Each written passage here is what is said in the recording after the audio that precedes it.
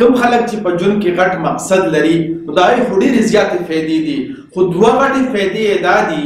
لومبۍ فایده دا چې د هغه له به الله پاک ډېر زیات طاقت او همت ورکوي چې په نورو خلکو کې به هغه طاقت او همت نه وي. او دویمه غټه فایده دا ده چې هغه به بیا په وړو وړو خبرو باندې خفګان نه کوي او نه به په وړو وړو خبرو یو بل سره جنګ جګړې کوي، بلکې د هغه سینه به ډېره غټه او فراخه وي. نو که چېرې تاسو غواړئ چې ستاسو په ژوند کې د هم یو غټ مقصد راشي او بیا د هغه غټ مقصد فایدې څه دي او هغه زده کړئ، نو موږ سره اوسېږئ. زما خوږو پښتنو، زما دا ارمان دی چې ټول پښتون قام کې د پوهه راشي، ورورولي، مینه او محبت دې راشي او شعور دې راشي.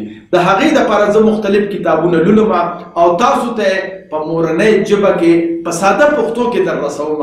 اوس تاسو ته زما دا خواست دی چې زما دا اواز خپل ټولو پښتنو ملګرو سره شریک کړئ چې په هغې کې هم پوهه راشي، رڼا راشي او شعور پکې راشي. زه یم عبدالله عابد، په سوات یونیورسټۍ کې استاد یم او د چارسدي اوسېدونکی یم. کوم ملګري چې دې وخت کې مونږ ګوري هغې د خپل تعارف یعنې نوم د کوم ځای سره تعلق ساتي، څه کار روزګار کوي، مونږ ته په کمنټس کې راولیږي. یو جهان مننه به وي.